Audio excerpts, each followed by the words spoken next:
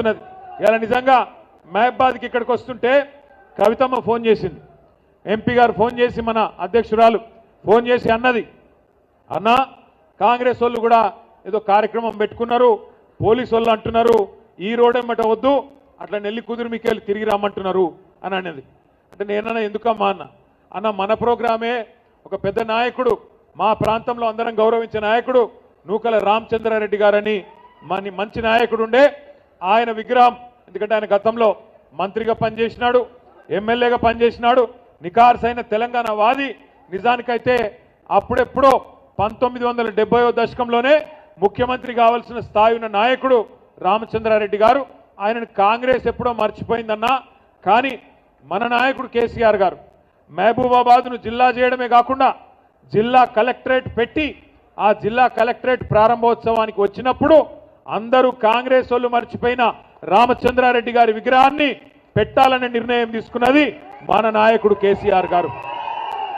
కేసీఆర్ గారు నిర్ణయం తీసుకొని రామచంద్రారెడ్డి గారి విగ్రహాన్ని అధికారికంగా పెడుతున్నామని చెప్తే, ఏ రామచంద్రారెడ్డి గారు అయితే నిజాయితీగా ఆనాడు నిజాయితీగా బతికిండో, ఏ రామచంద్రారెడ్డి గారు అయితే కాంగ్రెస్ అధిష్టానానికి డబ్బులు ఇవ్వకపోవడం వల్ల ముఖ్యమంత్రి కాలేదో, ఇలా ఆ రామచంద్రారెడ్డి గారి విగ్రహాన్ని ఢిల్లీకి మూటలు మోసే సన్నాసులు కొంతమంది ఇలా ఆవిష్కరిస్తున్నారని చెప్పి ఇప్పుడే ఇక్కడికి వస్తే చెప్తా ఉన్నారు. ఆలోచించండి, ఎక్కడ రామచంద్రారెడ్డి గారు, ఇక్కడ ఉన్న సన్నాసి రేవంత్ రెడ్డి. ఒక్కసారి ఆలోచించండి. ఆ మహానుభావుడు ఎప్పుడో ముఖ్యమంత్రి అవుతుండే, కానీ తెలంగాణ బిడ్డ కాబట్టి, రేషం ఉన్నోడు కాబట్టి, ఢిల్లీకి గులాం కాదు కాబట్టి ఆయన ముఖ్యమంత్రి కాలేకపోయిండు. కానీ ఇవాళ బ్యాగులు మోసేటోళ్ళు, సంచులు మోసేటోళ్ళు, చెప్పులు మోసేటోళ్ళు వీళ్ళే ఈ ఢిల్లీ గులాం గాళ్ళు ఇలా పెద్ద పెద్ద మాటలు మాట్లాడుతున్నారు. ఇవాళ వాళ్ళంట ఈ దుర్మార్గులు వచ్చి రామచంద్రారెడ్డి గారి విగ్రహాన్ని ఆవిష్కరిస్తుంటే, సురేందర్ రెడ్డి గారు మంచోడే, ఆయనను అంటలేను నేను, సురేందర్ రెడ్డి మంచోడే, కానీ ఇక ఇంకో వేరే వాళ్ళు ఉన్నారు, వాళ్ళిద్దరు గసంటోళ్ళు ఆవిష్కరిస్తే తప్పకుండా ఆయన ఆత్మ కూడా శోభిస్తుంది, మంచి జరగదు. దయచేసి నేను మిమ్మల్ని అందరినీ కోరేది ఒకటే, ఆలోచించండి. మహబూబాబాద్కి కానీ తెలంగాణకు కానీ కేసీఆర్ గారు వచ్చిన తర్వాత ఏమేం జరిగిందో ఒకసారి ఆలోచించండి. తెలంగాణ రాష్ట్రం తెచ్చిన నాయకుడు, మీ ఆశీర్వాదంతో మీ దయతో 2 సార్లు ముఖ్యమంత్రిగా చేసిన నాయకుడు, 2 సార్లు ముఖ్యమంత్రిగా చేయడమే కాకుండా ఇవాళ ఇక్కడ గెలిచి కూర్చున్న మా సర్పంచులు, ఉప సర్పంచులు, ముఖ్యంగా గిరిజన బిడ్డలు, మా బంజారా బిడ్డలు, మీరు ఆలోచన చేయాలా. ఎప్పటి నుంచో ఉన్నది నినాదం, మా తాండాలో మా రాజ్యం ఉండాలని. మరి 3400 గిరిజన గూడాలు, తాండాలు, వాటన్నిటిని కూడా గ్రామ పంచాయతీలు చేసిన నాయకుడు ఎవరు? కేసీఆర్ గారు.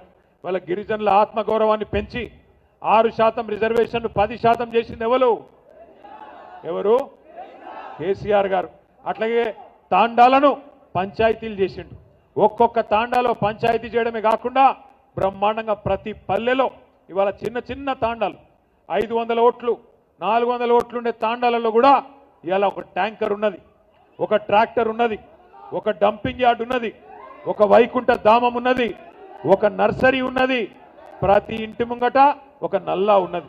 ఒకనాడు మా రెడ్డి నాయక్ గారికి తెలుసు, ఒకనాడు మేము కొత్తగా ఎమ్మెల్యేలు అయినప్పుడు 2009లో ఎండాకాలం వచ్చిందంటే ఊర్లలో పోవాలంటే భయం అవుతుండే. ఏ ఊరికి పోయినా బిందెలడ్డం పెడుతురు, ఏ ఊరికి పోయినా కుండలడ్డం పెట్టేది, గడబడి ఉండేది. మాకు బోర్ కావాలా, మోటార్ కావాలా, నీళ్లు లేవు, బావి కాడికెళ్ళి తెచ్చుకోవాలి, కిలోమీటర్లు నడవాలా అని చెప్పి గడబడి ఉంటుండే. ఎలా పరిస్థితి ఉన్నదా తెలంగాణలో? బ్రహ్మాండంగా భారతదేశంలో ఆదర్శవంతమైన గ్రామ పంచాయతీలు ఎక్కడ ఉన్నాయంటే మరి వాటిని తయారు చేసింది ఎవరు అంటే మనకు తెలుసు, కేసీఆర్ గారు. గౌరవ పంచాయతీరాజ్ శాఖ మంత్రిగా ఎర్రబెల్లి దయాకర్ రావు గారు పనిచేసినారు, మున్సిపల్ మంత్రిగా నేను పనిచేసిన. మా ఇద్దరికి పోటీ ఉంటుండే. ఇక మా దయాకర్ అన్న బాగా పోజులు కొడుతుండే, ఏమంటుండే, మీ మున్సిపాలిటీ కంటే మాకే అవార్డులు ఎక్కువ వచ్చినాయి అంటుండే. నిజమే, 3% జనాభా తెలంగాణ భారతదేశంలో. దేశం మొత్తం తీసుకుంటే 3% జనాభా మాత్రమే తెలంగాణది. కానీ ఉత్తమ గ్రామ పంచాయతీలకు అవార్డులు ఇచ్చే జాతీయ పంచాయతీరాజ్ దినోత్సవం నాడు 3% కంటే తక్కువ జనాభా ఉండే తెలంగాణకు 30% అవార్డులు వచ్చిన మాట వాస్తవమా కాదా ఆలోచన చేయండి. ఆ ఘనత గౌరవ పంచాయతీరాజ్ శాఖ మంత్రిగా పనిచేసిన దయన్నది, ఆయనను నడిపించిన కేసీఆర్ గారిదనే మాట కూడా నేను గుర్తు చేస్తా ఉన్నా. భారతదేశంలో ఎక్కడ లేవు ఇటువంటి పల్లెలు, ఇలా అట్లాంటి పల్లెలను తెచ్చుకున్నాం.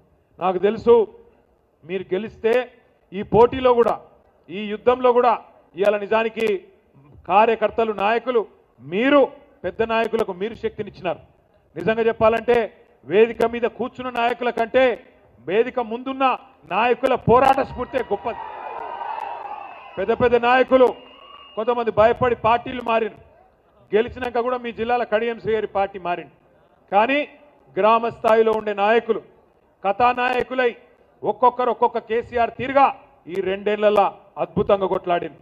పోయినసారి లగచర్ల గురించి మొత్తం రాష్ట్రంలో మీటింగులు పెడదాం అని ఆలోచన చేస్తే మా సత్యవతి రాథోడ్ గారు, మా కవిత గారు, శంకర్ నాయక్ గారు, అన్నా గిరిజనుల అడ్డా ఇది మహబాద్ జిల్లా, మా రెడ్డి నాయక్ గారు కూడా మీరు ఇక్కడికే రావాలని చెప్పి అద్భుతంగా ఒక 25-30 వేల మందితోని మహబాద్ దద్దరిల్లిపోయే విధంగా అద్భుతమైన కార్యక్రమాన్ని ఇక్కడనే ఏర్పాటు చేసినారు.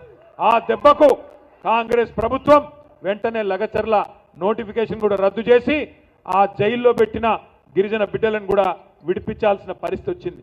ఇవాళ కూడా ఇక్కడికి వస్తుంటే గుండె నిండా సంతోషంగా ఉన్నది. గెలిచిన ఎన్నన్నది కాదు లెక్క, 130-140 గెలిచినాం, పర్వాలేదు. మిగిలినవి కూడా కొన్ని వాళ్ళు తొండి చేసుకొని గెలిచినారు, వాళ్ళు ఓ 10-20 వాళ్ళు మనం గెలిచినవి కూడా వాళ్ళ దానిలో కలుపుకున్నారు. కానీ భయపడేదేం లేదు, బాధపడేదేం లేదు. ముఖ్యంగా గెలిచి వచ్చిన మా సర్పంచ్ సోదరులను నేను కోరుతా ఉన్నా, మీ మీద ఒత్తిడి ఉంటుంది, ఇక మిమ్మల్ని ఇబ్బంది పెడతారు. మీ ఎమ్మెల్యే అంటాడు, ఏమంటాడు, నేను మీకు ఇందిరమ్మ ఇల్లు ఇయ్యా, నేను మీ గ్రామ పంచాయతీలకు పైసలు ఇయ్యా అని బెదిరించే కార్యక్రమాలు ఇదివరకు చేసినారు, ఇప్పుడు కూడా చేస్తూ ఉన్నారు. కానీ గుర్తుపెట్టుకోవాల్సిన అంశం ఒకటే, గౌరవ సర్పంచులు, మీకు గ్రామ పంచాయతీకి వచ్చే నిధులు ఎవరి అబ్బసొత్తో ఎవరి అత్త సొమ్మో కాదు. డాక్టర్ బాబాసాహెబ్ అంబేద్కర్ రాసిన రాజ్యాంగం ఆధారంగా భారతదేశంలో 5 అంచెల్లో ప్రభుత్వాలు ఉన్నాయి.